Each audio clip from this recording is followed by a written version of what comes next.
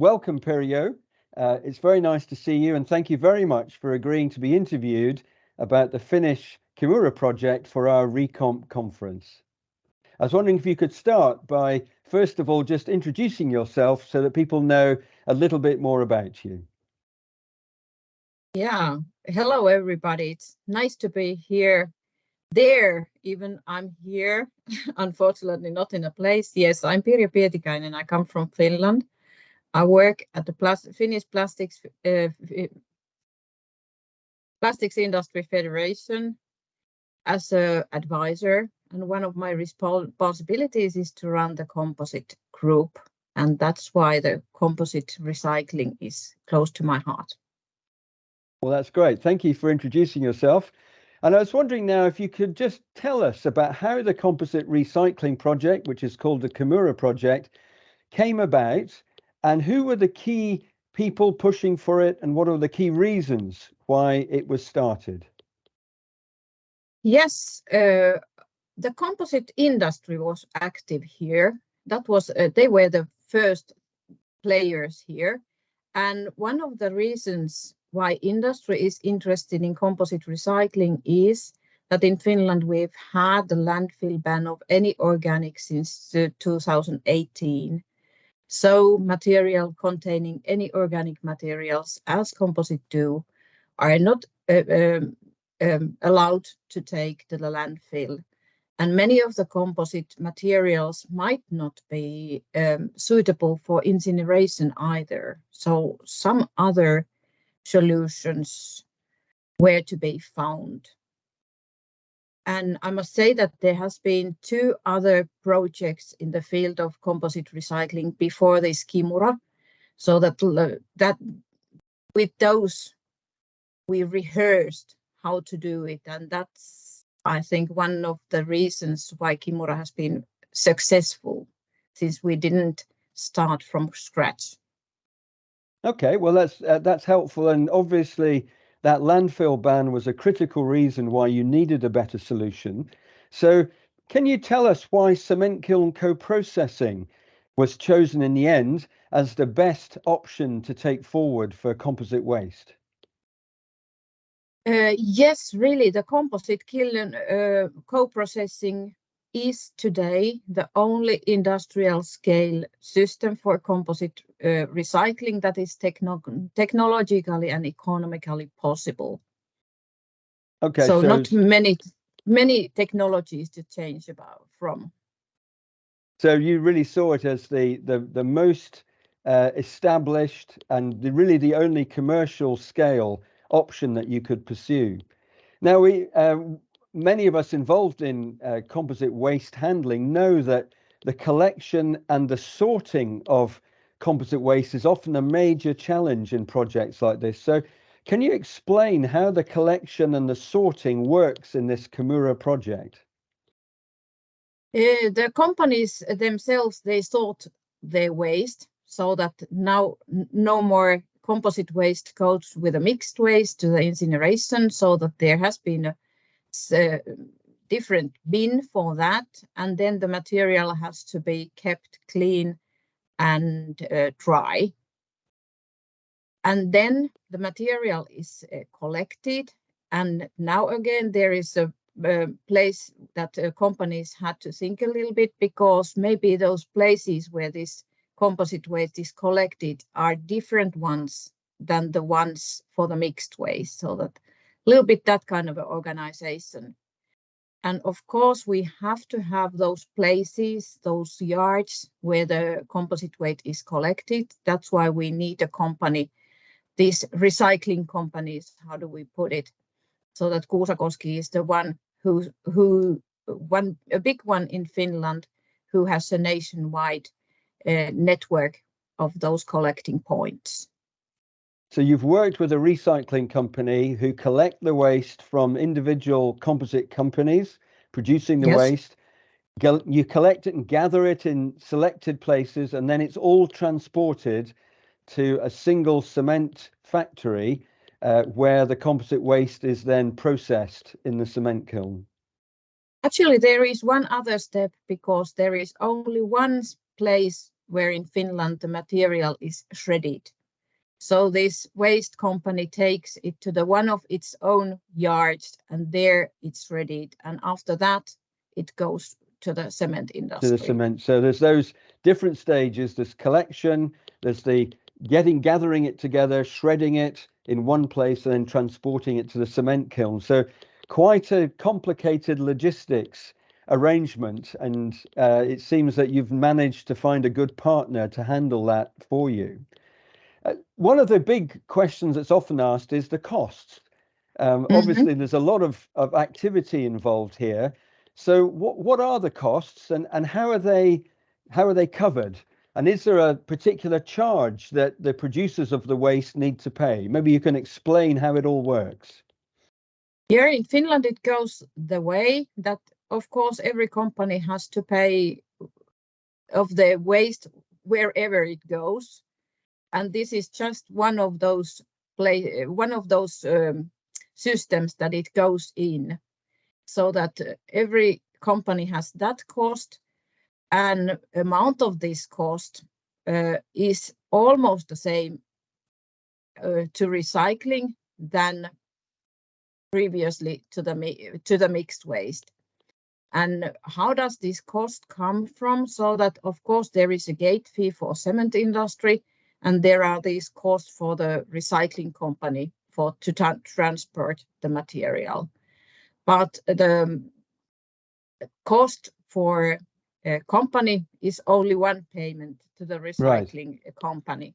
Yeah, so it shows the benefit of having one recycling partner. Yes. So they make one invoice to the company producing the waste, which covers everything: collection, shredding, and the gate fee for the cement industry. And that charge is round the same level as they would have been paying for sending it to a mixed waste incineration stream.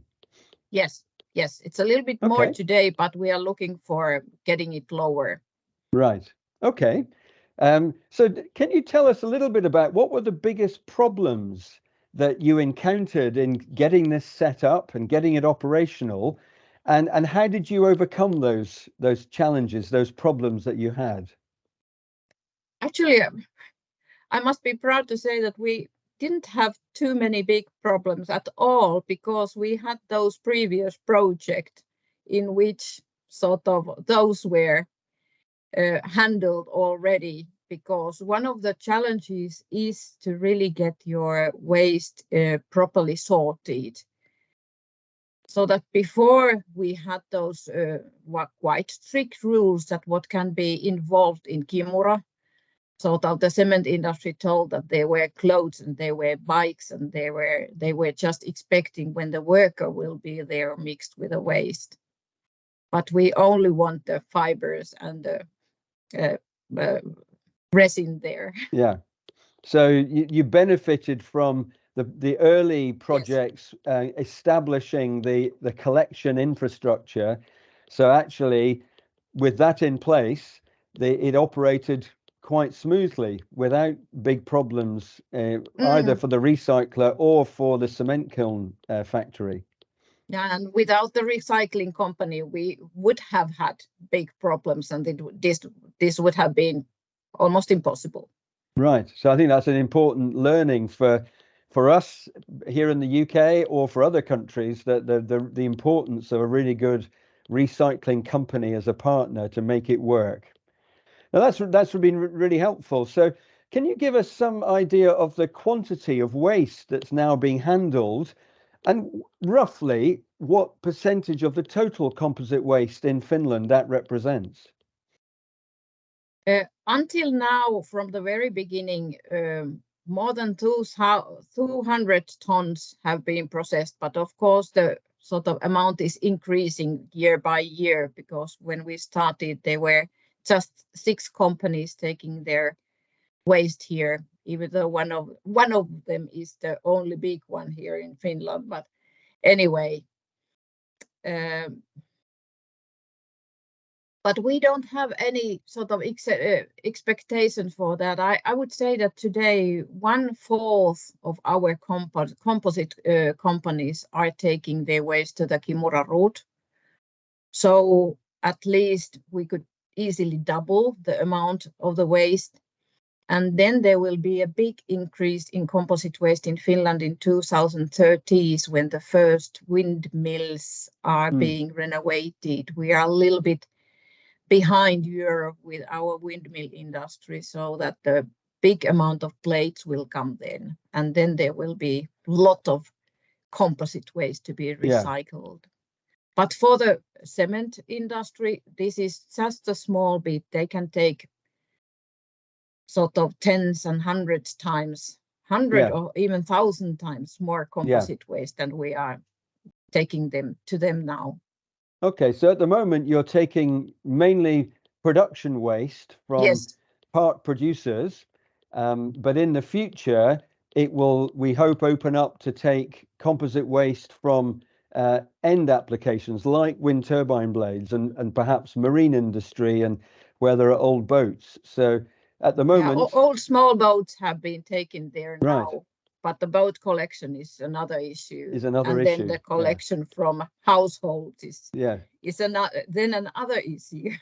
So this is very much a first step by taking production waste from composite part producers and feeding it into the cement kiln process. But there's a lot of opportunity for it to grow, both with more companies participating and then starting to include end-of-life waste, windmills, boats, and other applications.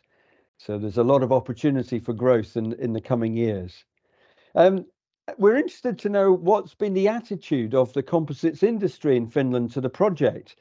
And has it changed as the project has got started and got going? Because this is sort of the initiative came from industry, so we could say that at least part of the industry have been very, very committed from the beginning. And as I've been discussing, so that there has been a growing demand from the customers that these product producers should have some kind of a circular economy solutions. And now, since there is KiMuRa, sort of they are safer in that way. So that very, very good opinions about this. And of course, then the cost, whether is it some tens of euros more than the incineration, so somebody might complain about that, but yes. Okay, so they've been supportive and positive about it, and the initiative has come from them, which has been a big help. And as you say, there is cost, so obviously there's always requests to see if we can bring the cost down. And as more people participate, that should be possible, I'm sure. So, based on your experience with the project as a whole, what would be your advice for other countries, looking for a good solution for their composite waste from your experience with this KiMuRa project in Finland? I would have, so that there are three players as we now understand. There are those companies that produce the waste. Of course, they have to be involved and very committed. Then one of the key players, I would say, is the recycling company that we are having here, so that somebody has to take care of the logistics in a reasonable way. And when we think about the final, then how the material is recycled, today it's the co-processing, but whatever the sort of final technology is, you have to collect the waste and you have to shred it, because those parts are most often quite big. So that the shredding and collecting logistics is in the center here. But your experience of this route has been positive, and you would recommend it to other countries and associations and composite industries in other places to seriously look at adopting it. Yes. I'm very proud of our system. So that it's very nice to be able to show an example. How does would it be possible to put it? Well, thank you very much, Pirjo, for explaining more about the KiMuRa project. I can understand why you're very proud of it. And so we look forward to hearing more in the future about how the project grows and develops. But from everybody here at the Recomp conference, thank you very much for sharing your experience with us. Yeah, thank you for this possibility, and hopefully in the future I will be there in present and could discuss with you more about this. Well, that's great. We look forward to that, and we hope that you will be able to join us perhaps at a future conference. But for now, thank you very much. Thank you. Bye-bye. Thank you. Bye.